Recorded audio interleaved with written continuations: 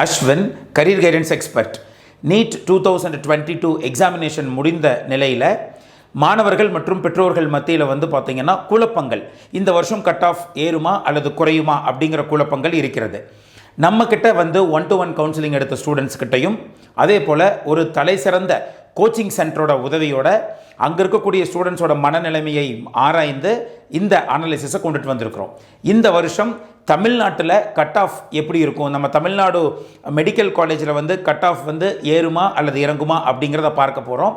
இந்த இடத்துல not only government காலேஜோட கட் ஆஃப், கவர்மெண்ட் காலேஜுக்கான கட் ஆஃபை மட்டும் நம்ம பார்க்க போகிறதில்ல, ப்ரைவேட் காலேஜுக்கான கட் ஆஃபையும் பார்க்க போகிறோம்.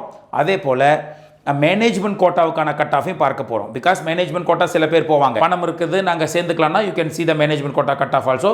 ஃபர்ஸ்ட் அதுக்கு போகிறதுக்கு முன்னாடி நீங்கள் தெரிஞ்சுக்க வேண்டிய விஷயம் என்னென்னா, எம்பிபிஎஸ் சீட்டு மட்டும் இந்த இடத்துல இருக்குது. There is no BDS. Generally நம்ம எம்பிபிஎஸ்க்கு அடுத்து வெட்டினரி சயின்ஸை தான் நம்ம ரெக்கமெண்ட் பண்ணுறோம், பிடிஎஸ் கிடையவே கிடையாது.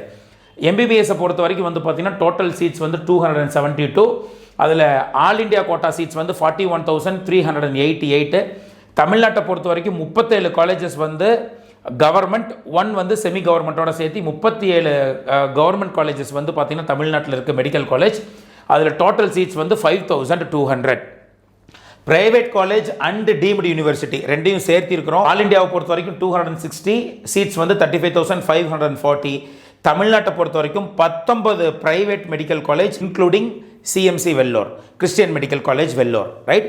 அதே போல் +12 அப்படிங்கிறது நம்ம ஊரில் இருக்கக்கூடிய டீம்டு டு பி யூனிவர்சிட்டிஸுக்கான எண்ணிக்கை.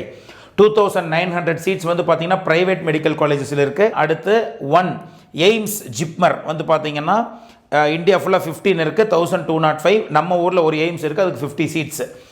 ஜிப்மர் பொறுத்த வரைக்கும் 2 இருக்குது, ரெண்டுமே பாண்டிச்சேரி ஸ்டேட்டில் இருக்குன்னா நம்ம ஊரில் கிடையாது, தமிழ்நாட்டில்.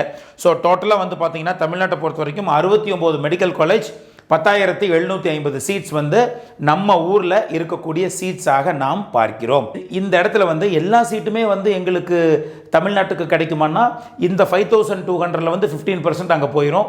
அதே போல் இந்த 2,900ல் மேனேஜ்மெண்ட் கோட்டாவுக்கு ஆல் இண்டியாவில் யார் வேணாலும் அப்ளை பண்ணி காலேஜுக்குள்ளே வரலாம்.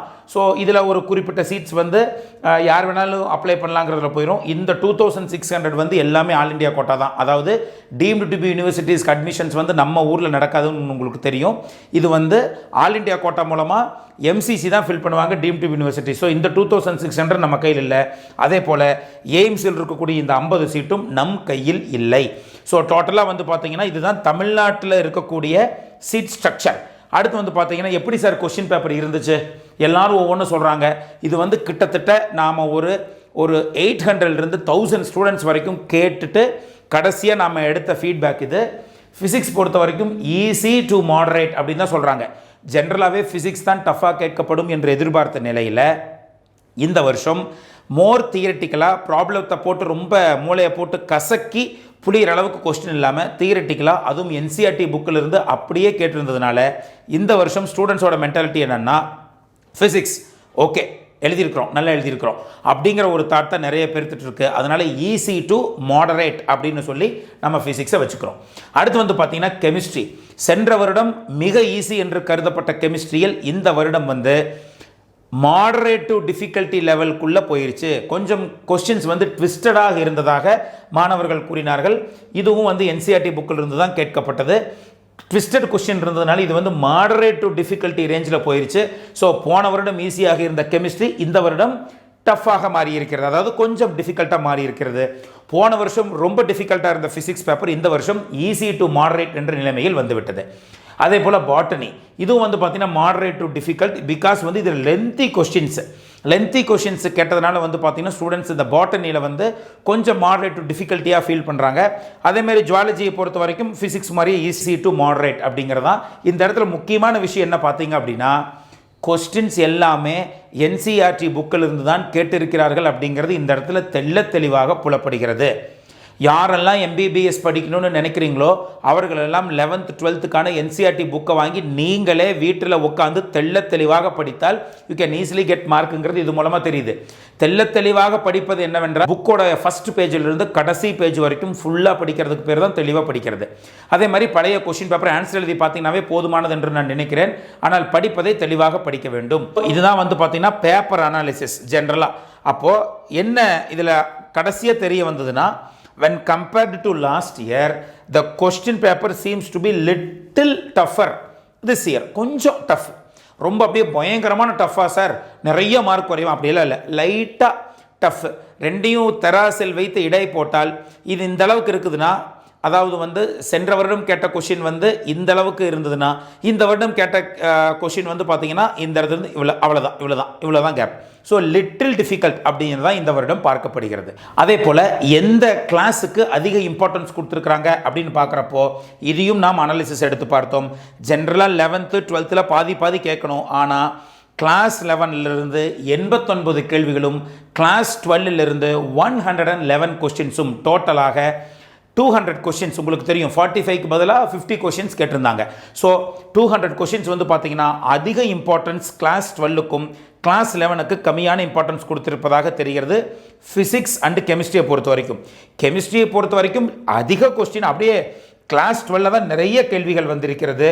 அதே போல் பயாலஜியை பொறுத்த வரைக்கும் வந்து பார்த்தீங்கன்னா கிளாஸ் 11 கிளாஸ் 12க்கு எந்த ஒரு மாற்றம் இல்லை, 50-50ன்னு கரெக்டாக எடுத்துருக்கிறாங்க. இதுதான் வந்து பார்த்தீங்கன்னா கிளாஸ் 11 12லிருந்து இந்த வருடம் கேட்ட கேள்விகளாக நாம் பார்க்கிறோம். ஸோ அடுத்து வந்து பார்க்கலாம். தமிழ்நாட்டை பொறுத்த வரைக்கும் போன வருஷமே ஃபுல் பெர்ஃபார்மன்ஸ் நம்ம கையில் வந்ததுனால இந்த வருஷம் கட் ஆஃப் குறையுமா குறையாதா, எவ்வளோ ரேங்க்கில் வருதுங்கிறத இப்போ பார்க்கலாம். போன வருஷம் ரேங்க் எவ்வளவு, இந்த வருஷம் ரேங்க் எவ்வளவு அப்படிங்கிறத பார்க்கலாம். எக்ஸ்பெக்டட் 720 எடுத்திருந்தா போன வருஷமும் ரேங்க் நம்பர் 1, இந்த வருஷமும் ரேங்க் நம்பர் 1. போன வருஷம் 708 அப்படின்னா 31st ரேங்க், இந்த வருஷம் ஒரு 25th ரேங்க் வரும். 698 last year 131, this year 120. 688 382 last year rank, இந்த வருஷம் எக்ஸ்பெக்டட் ரேங்க் 368. 678 லாஸ்ட் இயர் வந்து 844, this year 810. 668 last year 1625, this year 1575. 628 இந்த 628 எதுக்குன்னா இந்த ஜென்ரல் கேட்டகரிக்கெல்லாம் வந்து பார்த்தீங்கன்னா கிட்டத்தட்ட இந்த மார்க்கில் இருந்ததுன்னா இட் இஸ் ஓகே அப்படின்னு பார்க்கப்படுது. 10,545 இந்த வருஷம் 10,450, there is no much difference. 568 இது வந்து பார்த்தீங்கன்னா பிசி கேட்டகரிக்கு வந்து ஒரு அளவுக்கு கரெக்டான ஒரு மார்க்காக பார்க்கப்படுது. ஸோ லாஸ்ட் இயர் வந்து 42,759, இந்த வருஷம் 42,500 ரேங்கிங் ஓரியன்டாக வரும்னு பார்க்குறோம். அதே போல் 438 எஸ்சி எஸ்சிஏ போன்ற மாணவர்களுக்கு வந்து இந்த கட் ஆஃப் அப்படிங்கிறது ஒரு ரிலையபிளான கட் ஆஃப் தமிழ்நாட்டை பொறுத்த வரைக்கும். அதனால் 438க்கு வந்து 1,64,903 லாஸ்ட் இயர் ரேங்க். இது வந்து நீட்டுடைய overall rank, it is not Tamil Nadu rank அப்படிங்கிறத பார்த்துக்கோங்க. 2022 எக்ஸ்பெக்டட் 1,63,900. அப்போது இந்த இடத்துல வந்து நீங்கள் பார்க்குறீங்கன்னா ரொம்ப பெரிய சேஞ்ச் வந்து இந்த வருஷம் இருக்காது. போன வருஷம் எப்படி இருந்ததோ கிட்டத்தட்ட அப்படியே தான் இருப்பதற்கான வாய்ப்புகள் இருக்குது. அப்படி குறைந்தாலும் கொஞ்சம் ஒரு 2 மார்க் 3 மார்க் மேபி குறையலாம் என்று தான் நாம் நினைக்கிறோம். ஸோ அப்படி பார்த்து நம்ம அனாலிசிஸ் எடுத்து பார்த்ததில், so this is what the analysis கேட்டகரியில் வைஸ் நம்ம கொடுத்துருக்குறோம். கேட்டகரி ஓசி, பிசி, பிசி முஸ்லீம், எம்பிசி, எஸ்சி, எஸ்சிஏ, எஸ்டி. 2019 இந்த கட் ஆஃப் 520, 470, 459, 435, 360, 301, 267. 2020 கவர்மெண்ட், இது வந்து பார்த்தீங்கன்னா கவர்மெண்ட் காலேஜஸ்க்கான கட் ஆஃப் பிராக்கெட்டில் போட்டிருந்தா கவர்மெண்ட் காலேஜஸ்க்கு 595, OC, BC 551, BC Muslim 524, MBC 518, SC 439, SCA 375, ST 341. Last year வந்து 11 நியூ கவர்மெண்ட் காலேஜஸ் உள்ளே வந்ததுனால நமக்கு ஒரு பெரிய அட்வான்டேஜ், கட் ஆஃப் வந்து கொஞ்சம் குறைந்தது. அந்த கட் ஆஃப் குறைந்ததுனால எவ்வளோ வந்திருக்கு? OC last year 586, BC 539, BC Muslim 519, MBC 509, SC 430, SCA 363 and ST 317. இது வந்து கவர்மெண்ட் காலேஜுக்கான லாஸ்ட் இயர் 2021க்கான தமிழ்நாடு கவுன்சிலிங்குடைய கட் ஆஃப். இதே வந்து இந்த வருடம் எப்படி இருக்கும் என்றால், ஓசி போன வருஷம் 586, இந்த வருஷம் 584, பிசி 539 அப்படின்னா இந்த வருஷம் 536. இதே வந்து பிசி முஸ்லீம் 519, இந்த வருஷம் 518, எம்பிசி 509, 508, எஸ்சி 430, 428, எஸ்சிஏ 363, 363, எஸ்டி பொறுத்த வரைக்கும் 317, 317. அப்போது இது ரெண்டுக்கும் நீங்கள் மாறுதல்களை பார்த்தீங்க அப்படின்னா பெரிய மாறுதல்கள் இல்லை. அப்படி குறைவதாக இருந்தால் 2லிருந்து 4 கட் ஆஃப் குறைவதற்கு தான் வாய்ப்புகள் இருக்கிறது. அடுத்து வந்து பார்த்தீங்கன்னா பிரைவேட் காலேஜில் லாஸ்ட் இயர் ஓசி 523, இந்த வருஷம் 518, பிசி 495, 490, பிசி முஸ்லீம் 484, 481, MBC 472 471, SC 383 380, SCA 300 300, ST 280 275. So இது வந்து பார்த்தீங்கன்னா கவர்மெண்ட் கோட்டாவுக்கான இந்த வருஷம் எக்ஸ்பெக்டட் கட் ஆஃப் ஆக இருக்கிறது. ஜென்ரலாக ரேங்க் லிஸ்ட் வந்ததுக்கப்புறம் தான் நம்ம எக்ஸாக்டாக கணிக்க முடியும். பட் இருந்தாலும் இப்போ நம்ம எதுக்கு சொல்கிறோம் அப்படின்னா, இந்த குழப்பங்கள் நாங்கள் மறுபடியும் ஃபர்தராக நாங்கள் வந்து வேற ஒரு ஆப்பர்ச்சுனிட்டி பார்க்கலாமா அல்லது ரிப்பீட்டர்ஸ் போகலாமாங்கன்னு முடிவெடுப்பதற்காக இந்த அனாலிசிஸை நம்ம ஸ்டூடெண்ட்ஸுக்கிட்ட நாம் கொண்டு வந்திருக்கிறோம். ஸோ இதை யூஸ் பண்ணி நீங்கள் அதை வந்து நீங்கள் டெசிஷன் எடுக்கிறதுக்கு உங்களுக்கு யூஸ்ஃபுல்லாக இருக்கும். இப்போ இது வந்து பார்த்தீங்கன்னா இதெல்லாம் கவர்மெண்ட் கோட்டா. ஜென்ரலாக நீங்கள் பார்க்க வேண்டியது இந்த காலமையும் இந்த காலமையும். ஸோ நீங்கள் ப்ரைவேட் காலேஜுக்கு போகிற மாதிரி இருந்தால் ஓகே சார், மார்க் கொஞ்சம் குறைஞ்சதாக இருக்குது, பணம் இருக்குதுன்னா இதை பார்க்கலாம்.